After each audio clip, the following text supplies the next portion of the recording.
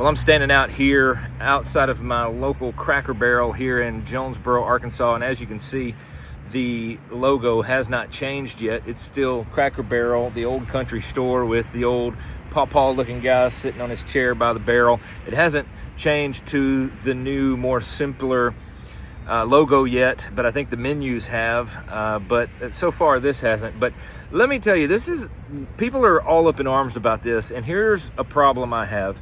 Many, not all, but many professing Christians are up in arms over the logo change that's going to be happening, so much so that they're not going to eat at Cracker Barrel anymore. Now, many of these same professing Christians that aren't going to eat at Cracker Barrel anymore are the same ones that won't stand up to abolish abortion.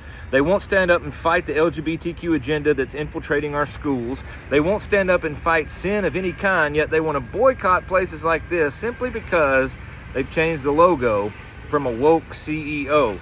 So I think those same people that want to boycott Cracker Barrel for changing their logo should be the same ones standing at the abortion clinics pleading with mothers to not murder their babies. They should be the same ones that preach against the LGBTQ agenda that is infiltrating our schools. And they too should be serious about their own sin and boycott their own sin instead of trying to boycott a simple restaurant. Maybe we don't like the policies and the beliefs of the CEO, but if you're going to boycott one thing over a logo change and the way that person is running the company, then you need to check your heart and you need to make sure that you're standing up and fighting for what's right in every aspect of life, not just when a restaurant does something that you don't like.